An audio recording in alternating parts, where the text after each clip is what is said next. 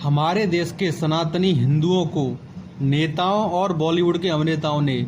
जाति में इस प्रकार बांटा हुआ है कि सभी आपस में एक दूसरे से बैर करते हैं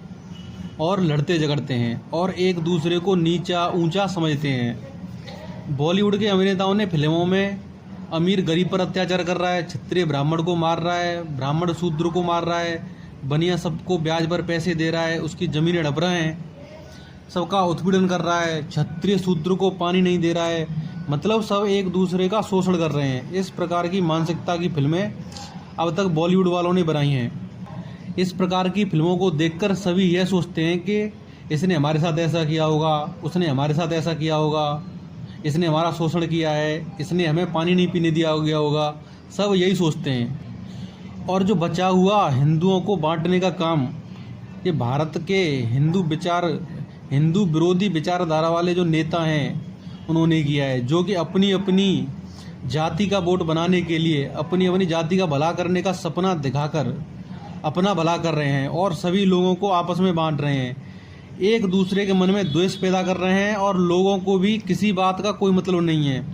नेता उनके धर्म का चाहिए, उनके वर्ग का चाहिए, उनकी जाति का चाहिए, चाहे वह कुछ करे या ना करे, वह गलत कर रहा है या सही कर रहा है, क्योंकि वो उनकी जाति का है, उनके धर्म का है, उनके वर्ग का है। उसने जो कह दिया बस कह दिया, उसके पीछे भेड़ चाल की तरह चलने लगेंगे, कुछ भी नहीं सोचेंगे। और नेता भी जाति का भला करते करते अपने परिवार का और अपना भला करता है। आप अपनी जाति का जिसे भी नेता मानते हो उसने कितना भला आपका किया, कितना समाज का किया और कितना उसने अपना भला किया, आप यह देख सकते हैं। आप सब एक बात ध्यान में रखें, जब आप मुसीबत में या परेशानी में होंगे तो आपका पड़ोसी जो किसी भी जाति का है पहले वही आपके काम आएगा।